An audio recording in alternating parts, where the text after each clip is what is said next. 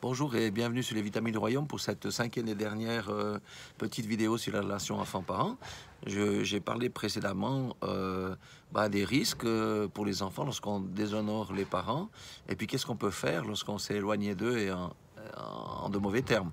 Aujourd'hui, je m'adresse plutôt aux parents pour leur donner quelques conseils de ce qu'il faut faire. N'oubliez pas qu'on a vu que éduquer vos enfants correctement, ça vous sera bien utile pour le futur, ça portera de bons fruits. Maintenant, dans l'éducation, il faut faire attention. Éphésiens 6,4, c'est dans le Nouveau Testament, il dit « Et vous, pères, n'irritez pas vos enfants, mais élevez-les en les corrigeant et en les instruisant selon le Seigneur. » Donc, il ne faut pas non plus voir que le côté négatif dans le caractère de nos enfants ou que les erreurs. Il faut savoir apprécier les deux côtés parce que les enfants peut-être font des erreurs, mais ils font aussi des bonnes choses. Donc, il faut relever autant l'un que l'autre. Il faut être vraiment équilibré dans notre éducation et trouver surtout le juste niveau de sévérité lorsque cela est nécessaire. Et attention à ne pas maudire nos enfants avec nos paroles. Tu ne feras jamais rien de bon, tu n'arriveras jamais à rien, tu es trop grosse, tu dois maigrir, si tu maigris pas, jamais tu trouveras un mari. Ça, c'est des malédictions qui sortent de la bouche des parents. Et vous savez qu'une personne en autorité peut maudire celui qui lui est inférieur. Ça, je reviendrai sur ces grands principes spirituels et beaucoup de vies ont été gâchées par ce genre de choses stupides. Un deuxième conseil, dans Colossiens 3, 21, il dit « Père, n'irritez pas vos enfants », ça l'a vu tout à l'heure, mais là, il rajoute de peur qu'ils ne se découragent. C'est vrai que si on ne fait que corriger et on ne démontre pas l'amour, ça ne joue pas. L'amour et la correction vont de pair. Et la correction a pour but de corriger, d'amener un changement de comportement. Et avec l'amour, c'est l'encouragement. Vous voyez, on doit avoir de la sagesse dans l'éducation de nos enfants. Il ne faut pas les détruire uniquement en pointant du doigt. Comme je l'ai dit tout à l'heure, les défauts, mais on doit corriger avec amour. C'est comme ça qu'on redresse et on encourage. Et ensuite, on fait un suivi. Amen. Et là, c'est toujours l'occasion, c'est comme en coaching.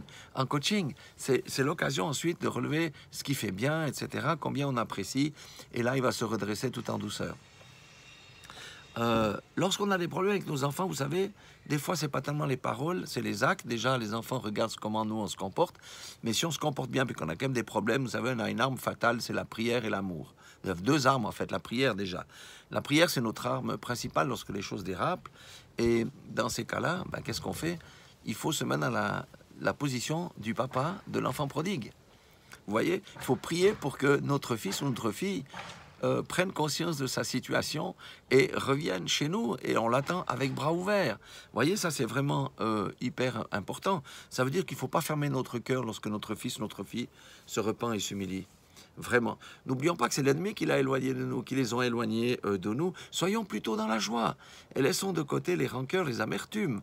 Voilà, ça c'est faire preuve de maturité spirituelle, de maturité chrétienne très élevée. Donc, prions pour nos enfants, pour qu'ils reviennent, qu'ils demandent pardon, qu'ils se repentent et accordons-leur le pardon de façon tout à fait généreuse et avec un cœur plein de joie.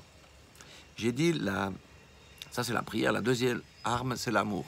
Vous savez que ce ne sont pas nos enfants, c'est Satan qui est venu détourner nos enfants. Il ne faut pas se tromper de combat. Ce n'est pas les enfants, c'est Satan est venu enlever nos fils, nos filles, nos adolescents, même nos fils adultes. C'est Satan qui est venu les éloigner de nous. Donc, le diviseur, c'est Monsieur Z. Hein? Pourquoi j'ai dit Monsieur Z? Parce que c'est la dernière lettre de l'alphabet. Et nous, on est tous avant lui, A, B, C, D. Moi, je suis S comme Chvéry. Eh bien, je suis avant Monsieur Z. C'est le dernier, mais c'est lui le diviseur. C'est lui qui vient enlever nos enfants. Et vous savez, il y a une arme contre laquelle Satan ne peut pas agir. C'est l'amour. Lorsqu'un parent montre son amour pour sa fille, pour son fils, son beau-fils, sa belle-fille, vous voyez, eh bien, Satan est désarmé. C'est quand on montre de la rancœur, de la fâcherie, de l'amertume, que Satan se réjouit parce qu'on détruit au lieu de construire. Donc, vous voyez, les parents, nous avons la prière et l'amour comme arme lorsque nos enfants font des bêtises. Regardez ce qu'avait fait le papa de l'enfant prodigue dans Luc 15, 22. Il avait dit « Apportez vite la plus belle robe et en revêtez à propos de son fils. Mettez-lui un anneau au doigt et des souliers aux pieds. Amenez le veau gras et tuez-le. Mangeons et réjouissons-nous. » Donc, les conseils pour nous, les parents, dans l'éducation de nos enfants, il faut les instruire, mais il faut être équilibré. Il faut savoir voir aussi leurs bons côtés, les belles choses qu'ils font et pas uniquement être concentré sur ce qui ne va pas. Il faut faire attention avec nos bouches de ne pas les maudire. Bénissons-les plutôt. véritablement. Et s'il s'éloigne de nous, nous avons 2 genoux, vous savez, pour prier et pour manifester l'amour lorsqu'ils reviennent et se repentent et s'humilient devant nous. Voilà, soyez tous bénis dans le nom puissant de Jésus-Christ. Et vous savez, nous devons agir avec nos enfants de la même manière que Dieu agit avec nous. Lorsque nous nous éloignons parce que nous péchons volontairement, on se sent comment? On se sent pas bien. Ensuite, on retourne vers le Seigneur, des fois un peu timidement. On se met à genoux, on pleure, on demande pardon. Le Seigneur nous pardonne et nous rétablit dans notre position. C'est ainsi que nous devons réagir avec tous nos enfants, quels qu'ils soient. Et rappelez-vous, ce ne sont pas nos enfants qui sont méchants, c'est le diable qui est venu les dévier de leur trajectoire pour nous faire souffrir et nous empêcher de nous concentrer sur l'œuvre de Christ. Soyez tous bénis dans le nom puissant de Jésus-Christ.